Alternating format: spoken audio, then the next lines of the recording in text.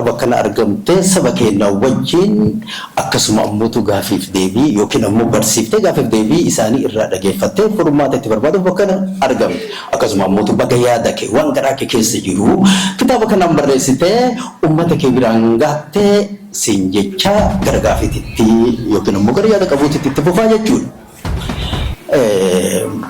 Gaafin tiyyata takkatti uummataaf sidaamsa qaba isin warra achirratti fillee doori fillee artistoonni ija uummataatti ija fagoo laaltee daftee waa hubattu kennaa uummatiin artiin tasabaati masakamuun qabdu lugaama namaatiin hojiin artistoota afaanii fi aadaa seenaa fi siyaasa uummata barsiisu hojiin teenna tana kitaaba bituu fi guduusiisuun hojii teennaa miti isin hojii uummataati kun hojii uummanni jaallatu hojii uummanni hojjetu nuti artistoonni hojii mataa kennaa qabnaa isin bakka bu'oota koreeti moo yookiin ammoo tuyyuu bakka bu'aa hawaasaa kanaati moo akkamiin nuti warri artii hojiin teennaa achi miti achirra teettan takka gaafin tiyya tana isin suuta achitti itti gaddeebi'aa Jawaar kubbaa buute lammaa harkaan ga'e lammaan buute gara abii rukkute kubbaa boodii teenna dhayi akka kanaan ifaajeen uummataa lubbuun qabsaa'ota qabsoo wareegamtee harka kennaa bahe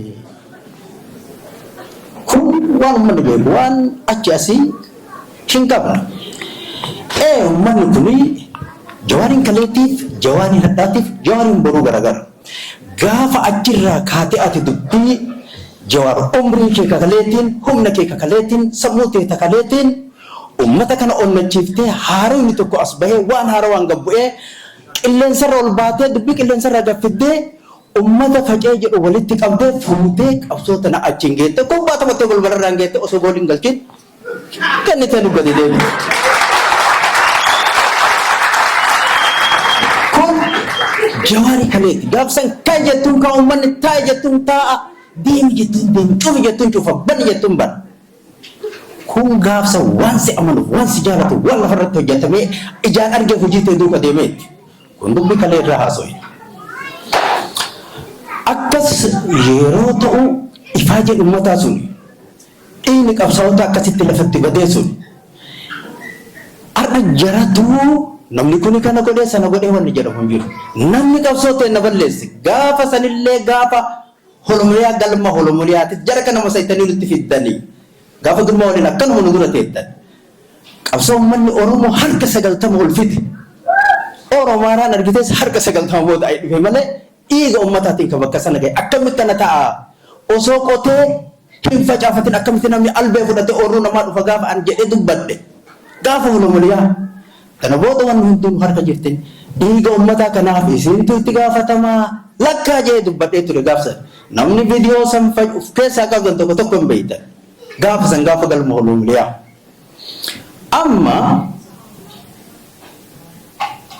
ummanni Oromoo tokko hundeen isaa tokko rakkoon isaa tokko ummanni ammoo tuyyuu tokkummaan isaa sibiilarra jaba namni ummata Oromoo dhamaase isin hoogganoota dhaabbota dabalee miseensa wanti dhiiga ummanni Oromoo fidatee harkaan gahe gabrumatti nu deebisee hoogganoota dhaabbota ofii keessanii dhiiga ummataati waan harka keessan gahe waliin deemtanii ummatan deemuu dadhabdanii kisaaraa ofii keessanii buuftanii ummatallee kasaarsitanii wala dhufaaf lamdaan nuti gadi deebitan hojii akka kanaa kana obboleen Joon nama guddaa nama jabaa gaafa inni duraa dhufe obboleen Joon jennaan dhagaa muka socho'a gaafa 91 namni hunduu yaadattanii gaafa sana akka dubbiin isaanii sun gaafa ummanni moonatti dachee gad deebi'eeti waan lama nu harkaa taate kanaaf takka warri ummata gabrummaa keessa naqe isini malee warri tokkummaa dhabe isini malee ummata Oromootii miti ummanni Oromoo tokkummaa qaba ummanni ammoo bilisummaa ofii dhiigaan fidee isinitti kenne ofii waliin deemtanii wal jala deemtanii dhimma ummanni isinii kennan deemuu dadhabdanii ammoo har'a ebalu sana godhe ebalu kana kuni hojii teessanii waliigala gakkoota akka tokkotti yoo isin dursa wal taatan malee bilisummaa waan ijaamuun jiru ammas ammoo akka duraanii sanitti tokko tokkoon gammeeffannee ofnaan uummanni achi hin jiru haalli isaa ulfaataadha maaliif Nuti nama ol baasuuf gabluusuuf hojiin ta'edha. Yookiin tokko ol buusu tokko gabbaasuu miti. Bilisummaa ofiiti, walabummaa ofiiti, birmadummaa ofiiti. Uummanni keenya kan itti qabsaa ture bilisummaadha, walabummaa, birmadummaadha. Kana gaafa inni ga'e ooftanii balbala angoo geettan takkatu asuu taaltanii sun achuma lafatte Itoophiyaa jettan. Gaafa duramaa Itoophiyaa jettanii eegalin gaafuma duraa eegalamu. Kun uummata Oromoo qoraan godhanii erga oliin gahan Itoophiyaa jechuun hin danda'amu. Gaafa duraa nama jabaa akkamitti dhumate. Maqaa Oromootiin, maqaa Oromiyaatiin, maqaa bilisummaatiin, maqaa walabummaatiin. Sinduu waamtu nuti uummata keenya oollee hidhachiifne surrii hidhachiifne walne isin duuba hiriirsine bilisummaa ofiitiin mirga biyya ofiitiin akka biyya ofiitiin gonfachiisuuf malee akka nama ol aangootti ol haa ba'uuf gabboo ofii miti. Hojiin ta'e. Gaafa uummata Oromoo takkattiin isii hin deebine. Takkattiin isii hin deebine. Bakka san irraa hin sochoonu. Dheengadda dhufee balbala irra ga'e Oromiyaa walabamtee argame hin argamne. Oromiyaa yoo feete uummanni yoo filatte gara Oromiyaa keessatti jiraate yoo fedhe jiraate yoo fedhe biyya ofii argate akkuma Eertiraa sun jechuun yoo mirga ummataaf kenname sun uummanni murteeffata. Achuu hin geenye. Afaan uummata Oromoo deebi'e hin deebine.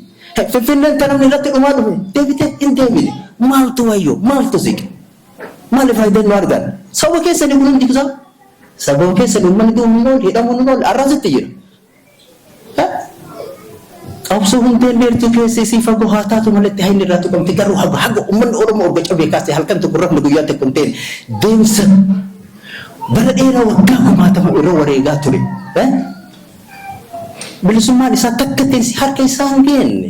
Kanaadha ima deemaa jirra jechuudha.